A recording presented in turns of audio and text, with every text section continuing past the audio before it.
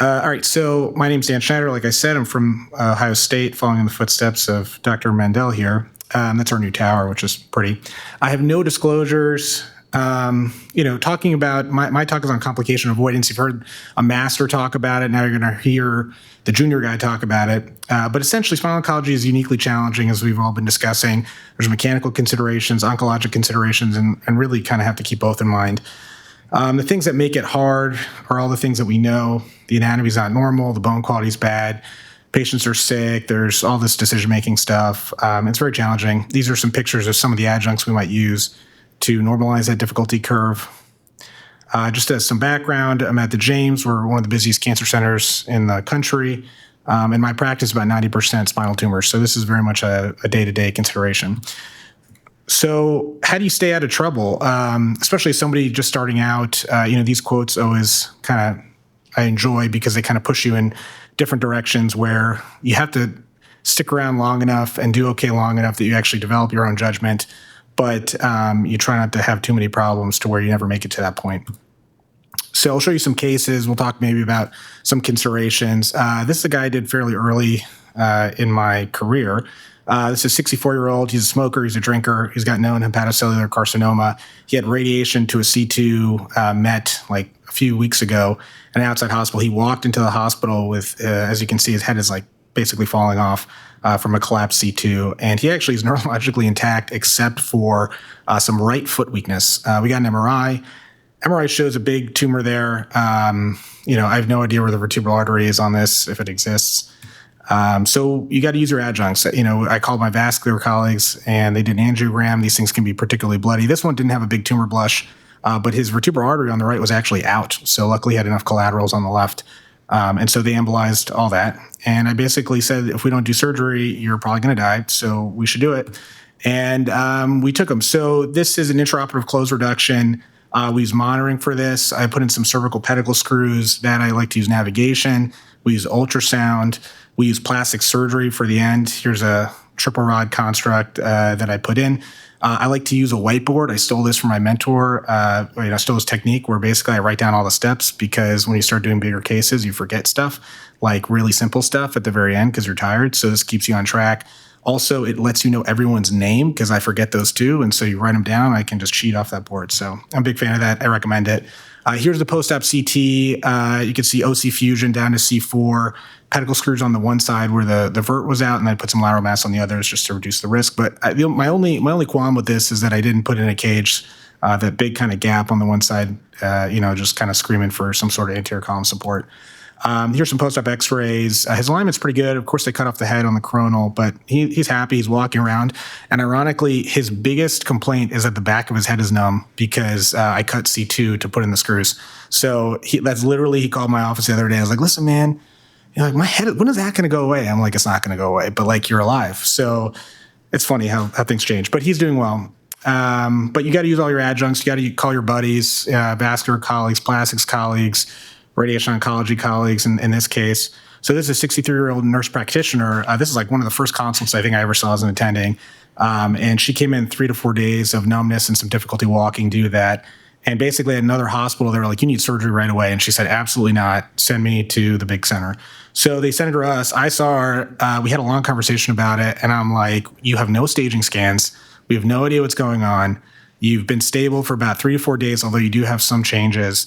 So I think we should maybe put you on some steroids, get some scans. So that's the next case. So we did that, and it came back myeloma. We did like an urgent biopsy, came back myeloma. She got treated with steroids and radiation, and she's like doing perfect. Her symptoms resolved in like 1 or 2 days. So I think you can basically avoid a surgical complication if you don't do surgery. So I think that's another key tenet, which is you cannot have a surgical complication if you do not do surgery. This is another case. This was a really hard case, just from a decision-making standpoint. This is a 24-year-old who had about like 5 surgeries for a recurrent neurofibroma. The last pathology came back as MPNST.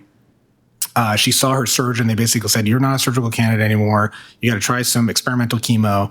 And she started to go paralyzed. She started to lose function in her right and left leg.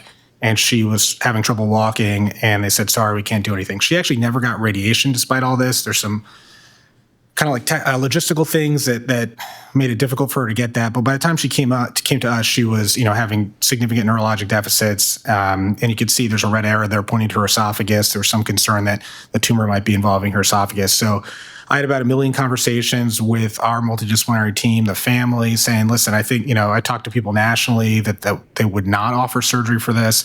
Here at our center, the oncology doctors are like, you got to do something. She's so young. Theoretically, she hasn't gotten radiation. Is there anything we can do? So people told me I should go from the front. People told me I should go from the back. And actually, I did basically the smallest surgery I could possibly do to avoid like an esophageal problem, because currently she is swallowing and she doesn't have esophageal fistula. So I did like a separation surgery transpedicular from the back. You could see I cleared out some space. There's still a lot of scar tissue and kind of like enhancing stuff there that I could not get off, that it was completely stuck to the dura from all the anterior approaches. And there's a little nodule that I think is intradural there on that lower image. But you could see we made some space. She got radiation post-op day 3. We did the planning to avoid the skin with Josh Palmer, who is a great radiation oncologist. And basically, this is her 3-month MRI. You could see like the tumor is vastly necrotic, and she actually has remained ambulatory. She has no symptoms. She's completely intact, and she is eating and doing all of her normal activities. So I think that this was a really tough case. And like Dr. Mendel pointed to, sometimes doing less is more. So I did not switch this out to carbon fiber, this instrumentation, because it would mess with the CT simulation that we had already planned. So this let us we kept everything exactly the same, and then we did radiation basically super fast, and she's doing well. So sometimes less is more. This is a 63-year-old who came in with worse neck pain, and she's having some right upper extremity weakness. You can see a kyphotic deformity here. This is another early case for me.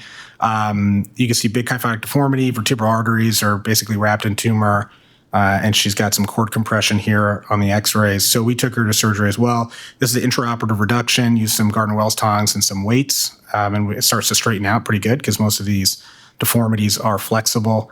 And then we put some titanium cages and plates. At this point, we didn't have access to a titanium or a carbon fiber system, so this is all tie. But it's kind of old faithful, so I don't mind titanium.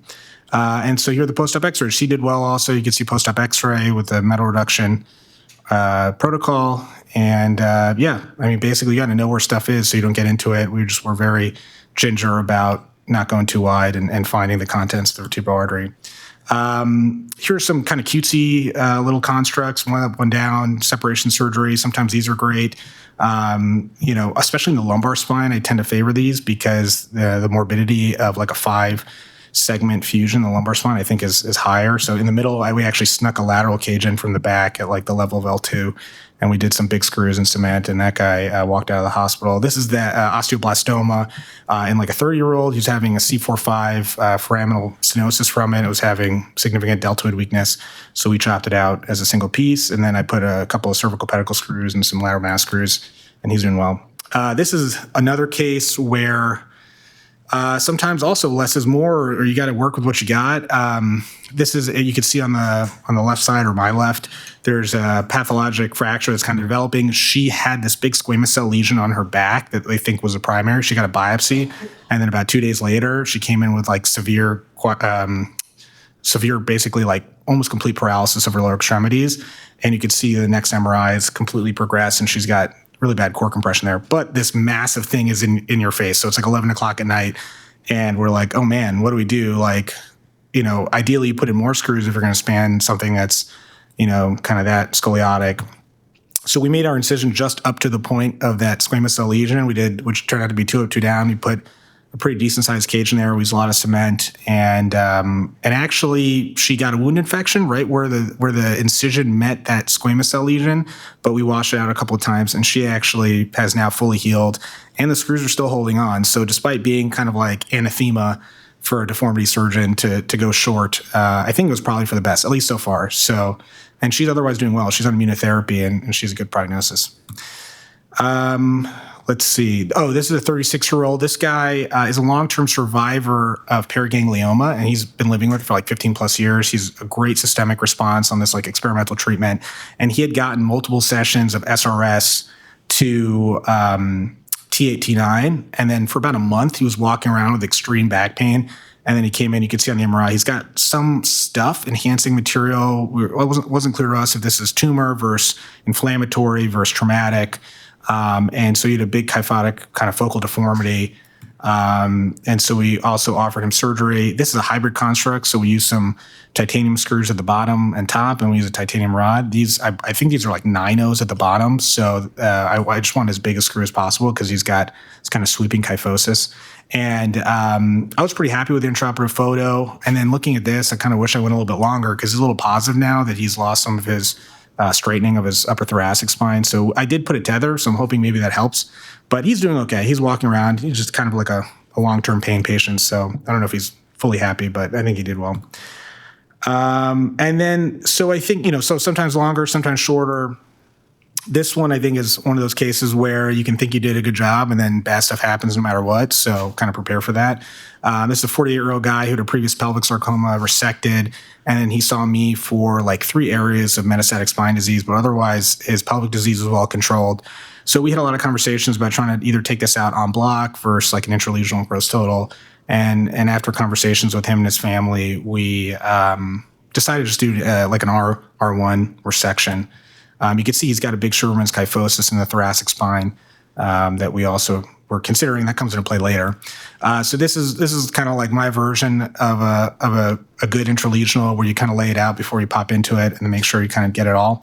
And then this one we did use another hybrid construct, titanium rods, some carbon fiber screws because these can be kind of radio resistant and basically give the radiation oncologist the best chance to control this.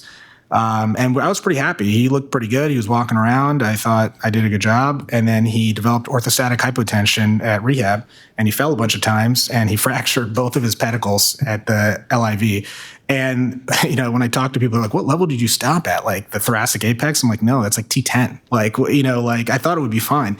So anyway, he fractured both his pedicles, basically half cut his own PSO. So I said, listen, man, we got to take this back and fix it. So I took him back. We completed that PSO, and then I quad rodded across that area. You can see I'm a big fan of titanium rods because at the end of the case, I just don't have the energy to to find the perfect shape of the carbon fiber. So I use a lot of titanium rods, even if we're using carbon fiber screws. But you can see it turned out pretty good. We extended down about 3 levels, and then I did a lower kind of like interspinous tether to try and reduce the DJK risk. And he's had no recurrence of his disease at that site, and the rest of his disease is stable. So, basically, this is one of those things where you could really think you did a great job, and you're really figuring stuff out, and then life happens. So, but ultimately, kind of just to like finish up, you got to lean on your mentors, and until you have time to develop your own judgment and your own thoughts, you got to ask them. I text these guys like every day or every week to be like, hey, what do you think about this? Or I did this case and it was, didn't go well, or I had struggled doing this. And so that's my dad actually, who I got to train with. He's a pediatric neurosurgeon. So I call him when bad things happen. I go, and he's seen it all. So he kind of walks me through it. And then Larry, I'm always texting and he's telling me like, what are you doing out there? So, anyway, lean on your mentors. I think that's the best way. Borrow other people's wisdom before you have your own to try and stay out of trouble. But that's it. I know I just kind of move quickly through some cases. Anybody has questions or comments, but I thank you guys for the opportunity.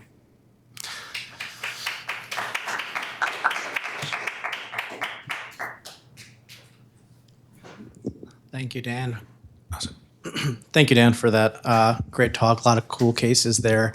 I was going to ask you to maybe comment on perhaps how do you counsel this patient if it's not like a true emergency, you have some time to talk to them about the expectations from the surgery, and how do you manage complications? How do you follow these patients in clinic afterwards? Yeah, I'll go back to I'll leave these pictures up because this one was like hours and hours of discussion.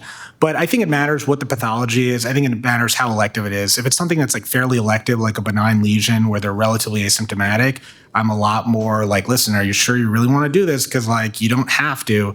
That's usually what I tell my patients. I also tell them you can do whatever you want. I'm just here to tell you the options of what I think is good about one option versus the other option. But like, depending on who you are and what your values are, you may choose to not do something, or you may choose to do something because it's better for you. So I lay all the complications out there. I'm like, listen, you could develop swallowing problems. You could be paralyzed. You could die. You could have a heart attack. I try to scare them as much as I can so that, and then what I always tell them is like, if you do well, then it's like, oh my God, you were so scary for no reason. I'm like, yeah, well, if I didn't tell you, these terrible things would happen, and you would be like so surprised that what? I didn't know. So I always try to overshare, and I really try and be realistic. And then if they do well, which knock on wood, I think on average people tend to do better, then they're like, wow, like, under promise, over deliver. That's my policy. So, but I think it's time. To your question is, you got to take time to talk to them,